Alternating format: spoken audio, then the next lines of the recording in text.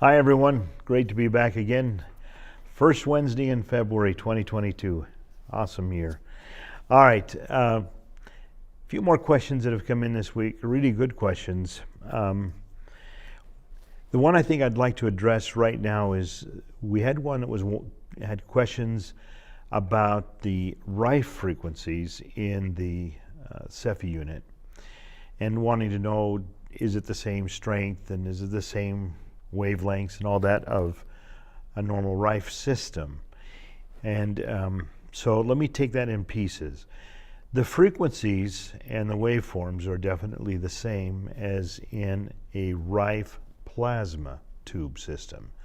Okay, so the Rife systems that we work with and have worked with for the last 20 years are plasma tubes, not plates that we put our hands on or tubes that you can hold. A plasma tube with the correct intensity of Rife frequencies being put through it, that radio frequency would burn the skin right off your hand. So you can't touch a plasma tube. That is the Rife frequencies that are built into the Cepheid. However, it's not the same if you play those as if they were being played through a plasma tube. Big difference. The information's the same, but in the Cepheid, remember, the Cepheid stands for subtle, energy, frequency, imprinter. The key words here is subtle and imprint. So they are the right frequencies. They are the standard Rife frequencies, but they are meant to be imprinted into like sugar pills, bracelets, whatever you want to use it for. It's a subtle reminder to the body that these frequencies can be utilized to help with us obtaining homeostasis, okay? Now, if you were to take your Cepheid unit and set up the Rife frequencies and play those through a plasma tube amplifier into an amplifier, then into a plasma tube, you would have an amazing Rife device.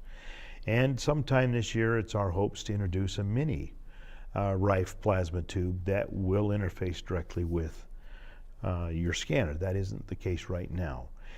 But as you've got them, and this is your quantum frequencies, these frequencies are amazing when you imprint them as they're designed to in the mobile scanner to be used into your products, your rings, your sugar pills, your tinctures. So that is how they are meant to be used in the mobile scanner. So I hope that kind of clears up that question. So another thing I'd like to talk about in this call today is the supplements, the supplement library, and how better to use it. Now, let me just say that we're going to go into a lot more detail on this in Day of Discovery. And then in phase 2, Deborah Bruce is going to cover this even more extensively. But let me just give you some guidance here. The question that we've received a lot is how accurate is it when the scanner suggests a supplement? And that's a really good question. So let me see if I can dissect that down a little bit. When you enter the supplements into your library is critical. When and how you do that. Remember, a supplement you have to imprint or copy into your supplement library as a dose. So if you've got a bottle of supplements, like say it's capsules and it calls for 2 capsules, you would only measure 2 capsules, not the whole bottle. So on your device, you would take a little shot glass. We recommend glass over plastic or metal because glass has no interference with any frequency. So you would take your shot glass, put your capsules in the bottle, whatever a dose would be. Now, when you're loading that into your library, it asks you what the name is and a description. And the description's a great place to put the brand, if it's a specific brand. So you'd load that in, you'd put in the dose, you'd go down, and then you would select it as a tablet or a capsule or a liquid or a tincture, whatever. Once you select that, then you hit scan, and save. Now when you do this, you're loading all of these supplements into your main library. That is not what you want to scan from. That's where you scan them. And when you do that, when you go to list what the name is, the description, and that's a great place to put the brand if you're using brands, and then whether it's a capsule, tablet, or tincture, you load all that in. But if you look over to the right side of that screen, there's a morning, a midday, an evening, maybe special therapies or a general. You have to select where each one of those would go. So is this a morning supplement, a lunch supplement, an evening supplement?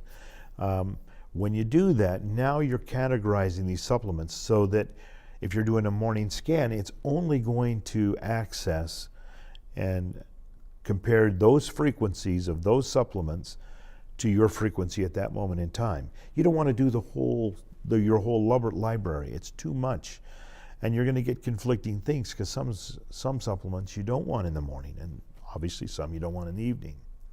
So you select the right categories. So now when you do your morning scan, it's only going to bring up the supplements that were for you or the client that were stored in the morning category.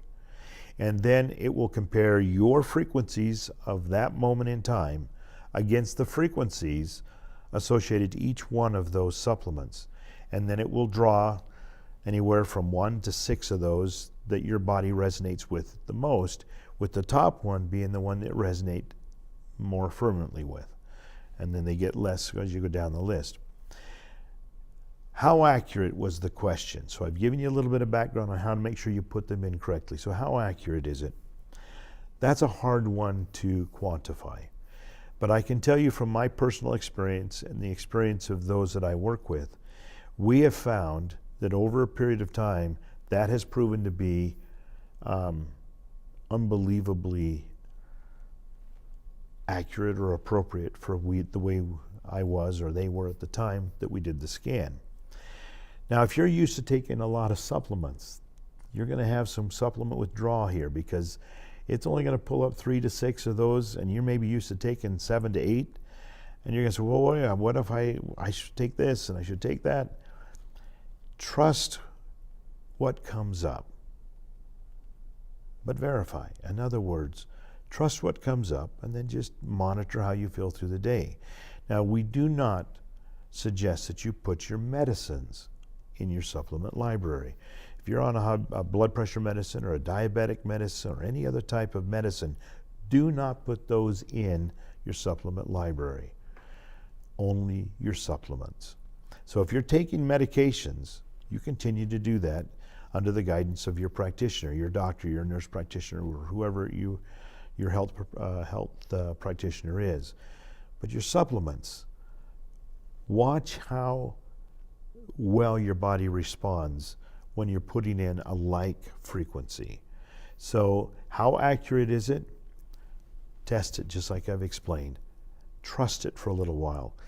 And you're going to find how accurate it is for yourself. For me and those that I know, it has been unbelievably spot on. So again, always listen to your practitioners, use common sense, and validate with yourself.